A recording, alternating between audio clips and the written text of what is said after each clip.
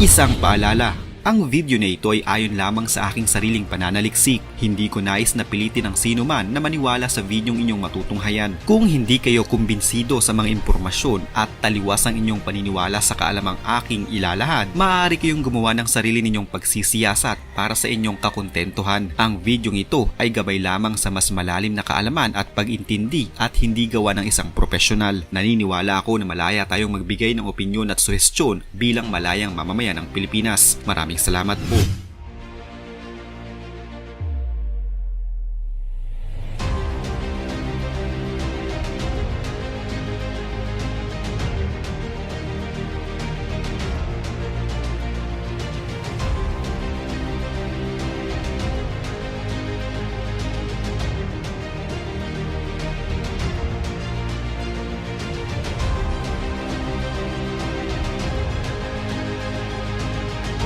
Isang customer ang bumili ng 100 grams na ginto sa isang maliit na shop sa China dahil alam niyang ito ay magandang investments. Subalit noong ito ay kanilang subukang sunugin, nadiskubre nila na peke pala ang kanilang nabiling ginto. Talaga namang kahit na sino makakabili ng ganitong klaseng ginto ay manlulumo at magagalit.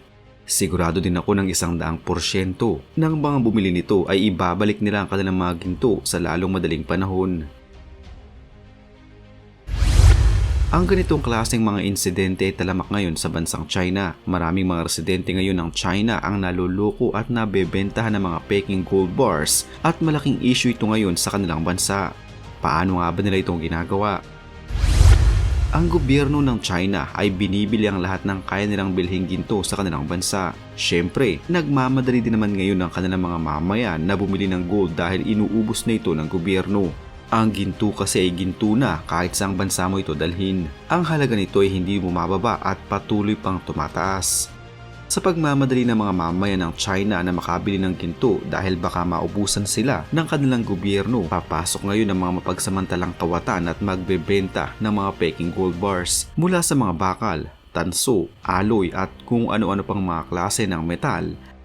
Pinabalutan lamang nila ito ng ginto at ito ang kanilang ibinebenta sa mga parokyano nilang asang-asa na sa wakas ay mayroon na silang gintong magiging investment. Pero ang hindi nila alam, sa mga susunod na araw, madidiskubre nila na ang halos kanilang inipon sa kanilang matagal na pagtatrabaho at nagtipid ng malala ay mauuwi lamang sa wala at hindi na nila mapakikinabangan. Hindi na kagaya ng dati.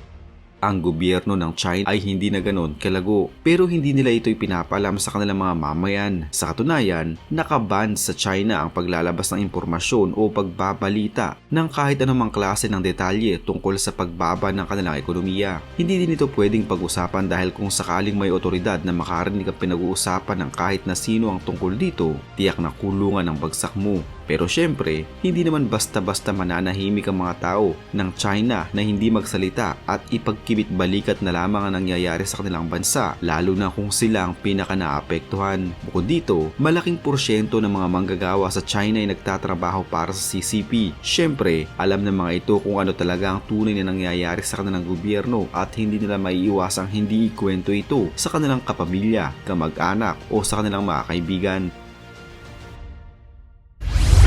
Malalaman ng publiko na ang Central State Bank ay bumili ng nasa 3,750 pounds ng ginto para lamang sa buwan ng Abril nitong taon. Siyempre, magpapanik ngayon ang mga tao sa China at magmamadaling bumili din ng ginto ng hanggang kaya nila bago patuluyang maubos ito ng kanilang gobyerno.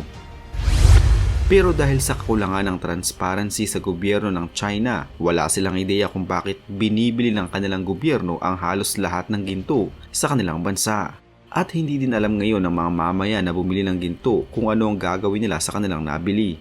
Dahil sa ubusan ng ginto, tsaka na magiging talamak ang mga kriminal at manggagancho na kung minsan ay mga nasa gobyerno at mga bangko pa ang mga kawatan. Maraming mga kumalat ngayon na video sa internet tungkol sa mga biktima ng mga peking ginto na sila na lang din mismo ang nagpapatunay na peke ang kanilang nabili.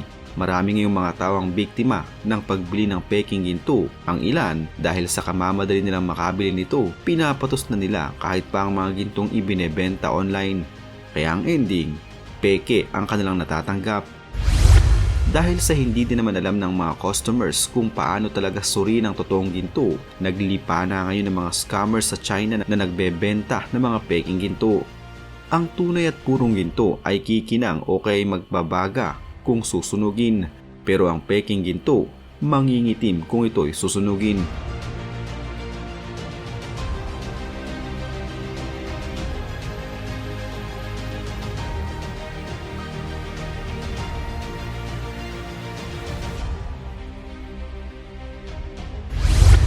Bukod sa hindi totoo ang gintong madalas na ibinebenta ng mga scammers sa China, kulang din sa timbang ang mga ito.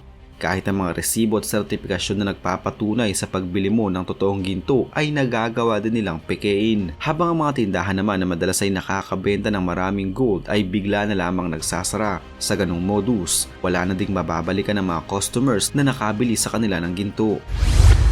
Noong taong 2023, nilagpasan ng bansang China ang bansang India bilang largest buyer of gold jewelry sa buong mundo. Para sa marami, ginto ang pinakamagandang i-invest sa oras na magkaroon ng krisis sa ekonomiya sa kahit saan pang bansa. Kaya naman sa China, kahit ang mga kabataan ay bumibili ng maliit na piraso ng ginto upang kanilang maging investment pagdating ng panahon.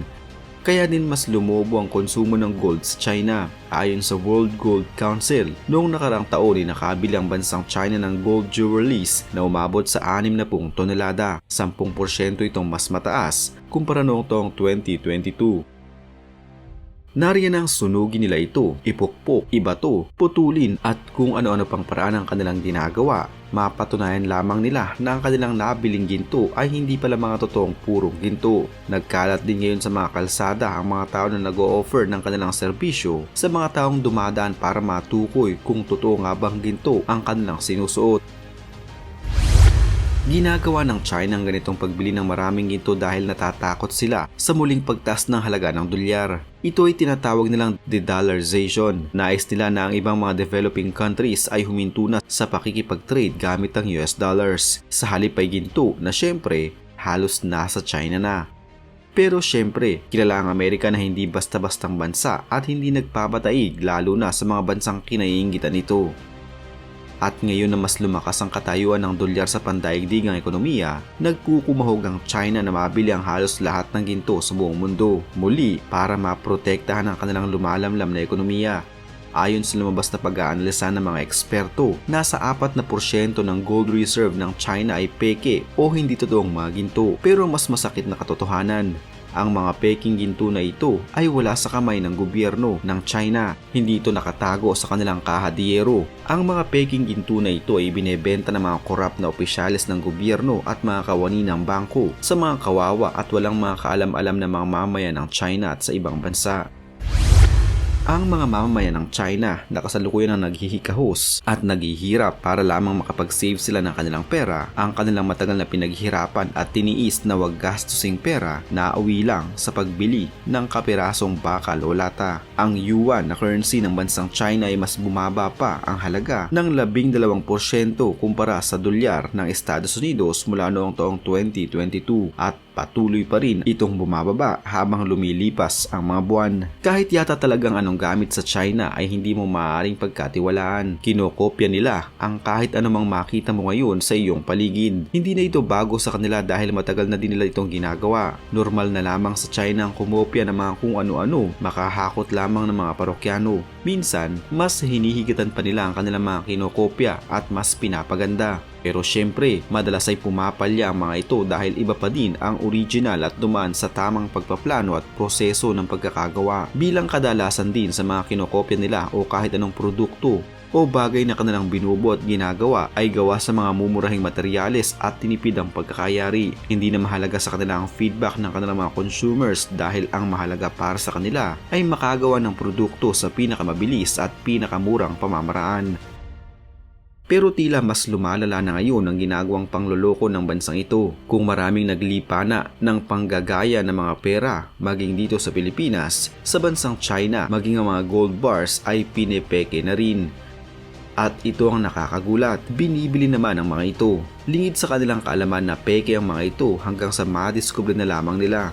Grabe talaga ang China. Hindi na lamang yata nila balak sakupin ang buong mundo, mukhang gusto din nilang kunin ang yaman ng lahat ng tao sa buong mundo.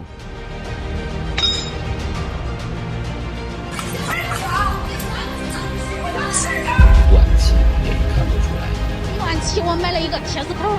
假的听声音啊！但是这个确定是假的哦。这里面就是铁吗？